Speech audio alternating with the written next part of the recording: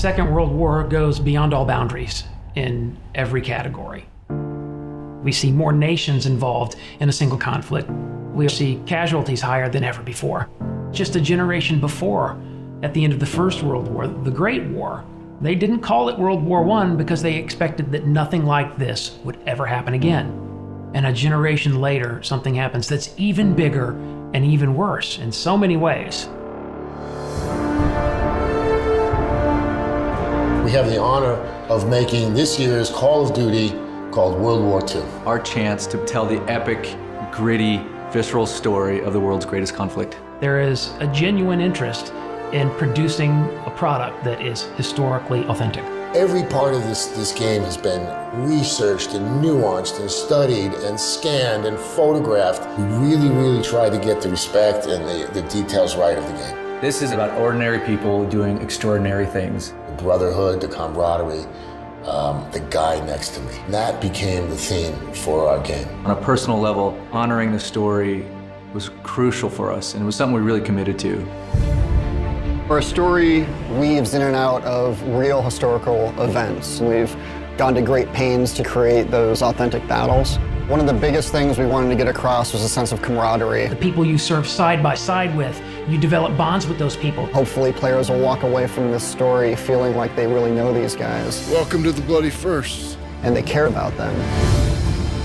Art influences the game in a huge way. The lighting and the tonality and the colors. We want to be able to have the player feel something. By creating a very believable environment, it allows the player to slip into this world. The vision for the art direction we call dark and beautiful. It was emotionally dark, visually beautiful. More than just being cool and pretty, it's about trying to get people to have a deeper emotional reaction to the game. Our modeling department is amazing. The weapons, vehicles, the tanks, even the cars you might see on a city street. The level of detail is just phenomenal.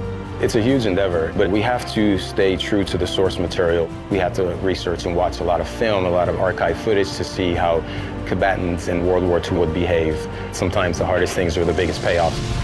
The combination of the model, the animation, and the audio creates that punchiness to the weapon. We record everything. Every location we record in for the game. The ambiences, the music, the dialogue, everything has to be created from scratch. We had a real opportunity here to do a level of authenticity and reality, true to the war, true to the soldiers who fought in that war. We had this great opportunity with Marty Morgan, our military advisor. We spent a lot of time on a gun range with all of the authentic World War II weaponry. It's critical to understand the absolute violence of the Second World War. It's critical to understand how weapons and firepower function.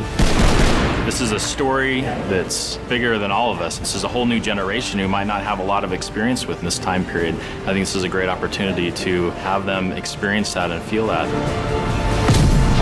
We've made something pretty incredible, and I'm very proud of it. It's perhaps the greatest compliment I've been paid in my career to work on this project. This is the most powerful game I've ever worked on. It's very personal, it's very humbling. You know, I've been making games for over 26 years. And I'll tell you, it's the best game we ever made.